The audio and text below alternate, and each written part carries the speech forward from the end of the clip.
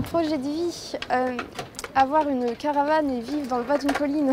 Une vie sans prise de tête vraiment, où on se sent vraiment libre, où il n'y a pas la crainte du regard des autres, où on peut être vraiment soi dans sa totalité. Je voudrais travailler dans l'informatique. Par exemple, essayer de développer des programmes pour les voitures autonomes. Essayer de faire en sorte qu'il y ait moins de pollution. Ce que j'aimerais faire, c'est d'avoir un bon poste, devenir chef. Je passe des diplômes parce que j'ai pas envie de pousser la brouette toute ma vie, quoi.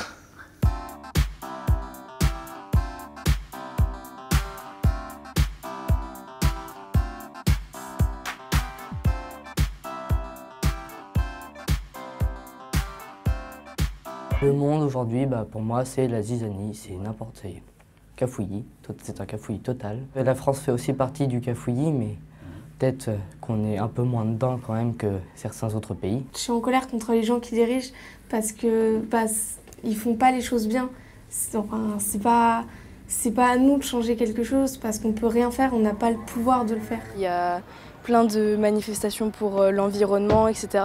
Et je pense qu'on est la génération qui va tout changer. On parle de la pollution, on parle des déchets, on pense à l'après. Il y a beaucoup de gens qui se disent que nous, on n'en a rien à faire, etc. Mais c'est faux en fait.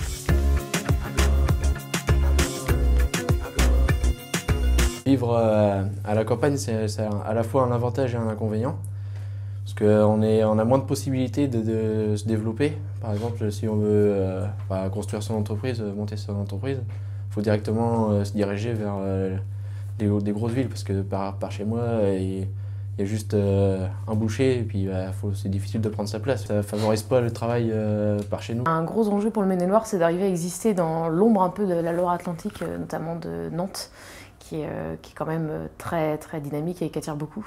J'ai peur quand même que le territoire, dans 10 ans par exemple, il n'y ait plus rien d'intéressant à y faire et que ce soit juste une zone où est-ce qu'on fait du vin et où est-ce qu'on élève des bœufs et des vaches. Ils devraient s'occuper de nous, on n'est pas obligé de vivre dans une grande ville pour pouvoir avoir les mêmes droits que chacun.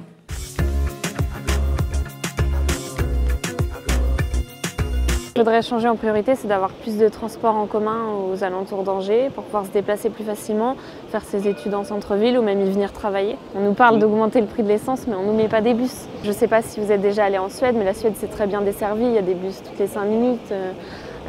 Tout le monde va au travail en vélo ou en bus, il y a beaucoup de gens qui n'ont pas de voiture. Les profs n'ont pas voulu que j'aille en bac pro parce que pour eux, il faut faire des études supérieures, il ne faut pas faire de bac professionnel. Alors qu'en bac pro, on a plus de chances d'avoir un travail qu'en bac scientifique. Ils pensaient que j'avais les compétences pour faire autre chose, mais si je fais un métier qui ne me plaît pas, après, c'est pas eux qui vont réussir, qui vont travailler à ma place. Il y a beaucoup d'endroits où il fait bon vivre, je pense, et qui mériteraient d'être dynamisés. Et si tous les jeunes vont dans les grandes métropoles, c'est le serpent qui se mord la queue. Et ce qui permettrait de réussir sa vie ici, c'est d'avoir du dynamisme, des startups qui viendraient s'implanter et qui diraient aux jeunes, venez dans le coin, ici il y a du travail d'avenir pour vous, il y a quelque chose à